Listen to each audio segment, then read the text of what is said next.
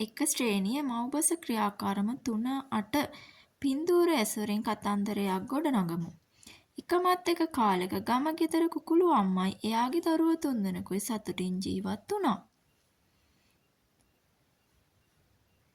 දවසක් දා කුකුළු අම්මයි දරුවෝ 3 දෙනයි එහා ගමේ ඉන්න කුකුළු අත්තම්මලාගේ ගෙදර යන්න ගියා.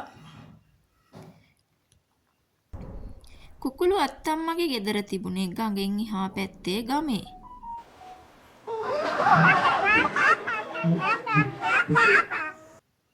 හතර දෙනාම කතා කර කර ගඟ ළඟට ආවා. දැන් මේ ගඟෙන් එගොඩට යන්නේ කොහොමද කියලා මේ 4 දෙනා කල්පනා කරමින් සිටියා. මෙයාලා මෙසේ කල්පනා කරන විට එතනට තාරා අම්මයි එයාගේ දරුවෝ 3 දෙනයි ආවා. කුකුළු අම්මේ මොනවද කල්පනා කරන්නේ කියලා තාරා අම්මා ඇහුවා. අනේ තාරා අම්මේ අපිට එහා ගමට යන්න ඕනේ.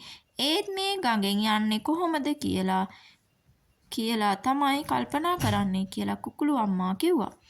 අනේ එහෙමද? මමයි මගේ දරුවනුයි ඔයාලට ගඟෙන් එහා පැත්තට යන්නට උදව් කරන්නම් කියලා තාරා අම්මා කිව්වා.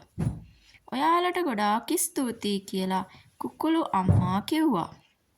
හොඳයි එහෙනම් ඔයාලා පිටට නගින්න කියලා තාරා අම්මා කිව්වා. කුකුළු අම්මයි දරුවෝ 3 දෙනයි සතුටින් තාරා අම්මගේ තාරා පැටවුන්ගේ පිටේ නැගලා ගඟෙන් එහා පැත්තට ගියා.